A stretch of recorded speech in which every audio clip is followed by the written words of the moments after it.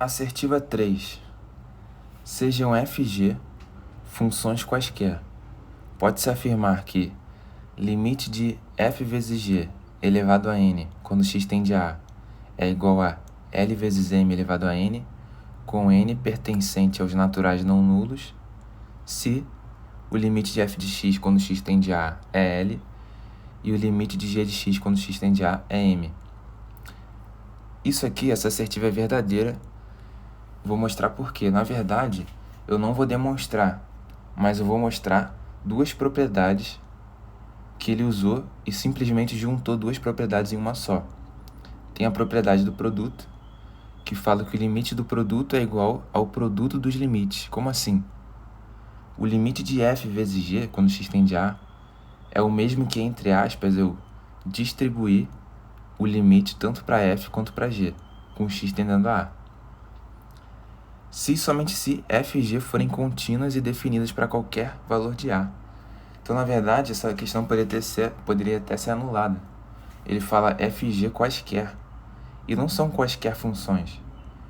A gente vai ver mais para frente, em outras videoaulas, que quando você tem um produto de funções e ele quer o limite, porém uma delas acaba indeterminando o produto, se uma delas indetermina o produto, eu não posso aplicar essa propriedade, porque vai ficar um limite que existe e o outro que não existe. Aí, na verdade, a gente vai ter que usar o teorema do confronto, isso se ela for limitada em um intervalo fixo. Aí a gente usaria o teorema do confronto ou teorema da prensa. Existem vários nomes para esse teorema. E tem outra propriedade de limite que fala que o limite de h de x quando tende a n, elevado a n, quando x tende a a, é igual ao limite de h de x quando x tende a, tudo isso elevado a n. É como se eu pegasse o expoente da função, ignorasse ele momentaneamente, calculasse o limite de h de x e elevasse a potência de n apenas depois de calcular o limite. A questão simplesmente da iPhone juntou essas duas propriedades.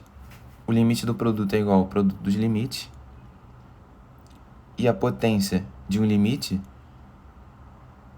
é o limite da potência, ou melhor, ao contrário, né? O limite de uma potência é a potência de um limite.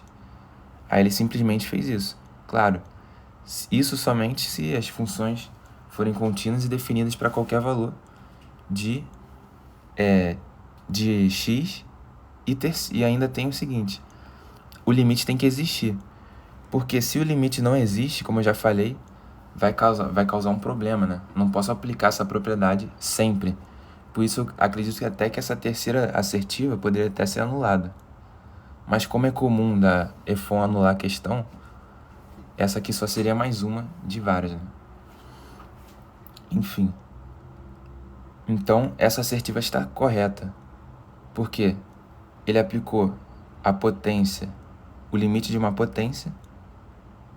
Na verdade, ele manteve a potência e fez o produto dos limites, como se ele tivesse distribuído, né? Se você substituir Lm por limite de f de x quando x tende a e limite de g de x quando g tende a, vai ficar limite de f de x quando x tende a vezes limite de g de x quando x tende a, tudo isso elevado a n. Então ele juntou essa propriedade e essa. Ele distribuiu o limite e colocou a potência que estava antes dentro, colocou fora do limite. Ok? Então essa assertiva é verdadeira. Mais ou menos, né? Na verdade, ela poderia ter sido anulada por causa dessa palavra quaisquer funções. Ficaria então a resposta: apenas a 3 é verdadeira.